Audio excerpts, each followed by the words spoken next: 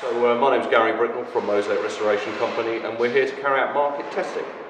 So basically we're trying to devise a methodology and specification moving forward to make sure that the conservation and restoration works we do here at Manchester Town Hall are correct. I think the biggest thing is the variation in specification and the different types of repairs that have been carried out in the project, which is quite a challenge.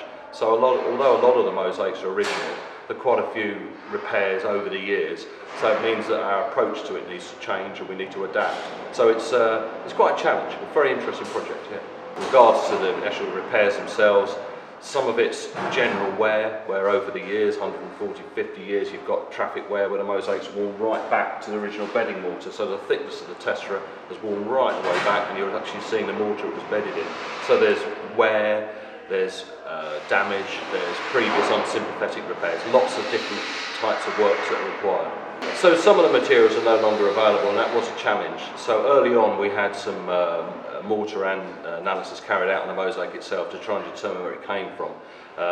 Some of the mines or the quarries that came from, the material's no longer there. So it's a question of getting something that's sympathetic and close to it, as close as possible. But through the whole process, it's been checked and the sort of the authority given by the architect to make sure it's appropriate. Not just the colour and the size, but also the wear characteristics. So it's quite a complicated process.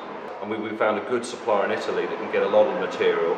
We're also finding old stocks that we have, so old material that we've salvaged over the years, which is great, but there's only a finite amount of repairs we can do doing that stock. But yeah, so the material has a cost element which is quite high, and it's also very labour intensive. So we're buying material in its raw state, getting it made in the right thickness in cubes, and then we're hand cropping them down to the size we want. So every piece you're seeing here, there's no machines, it's all by hand.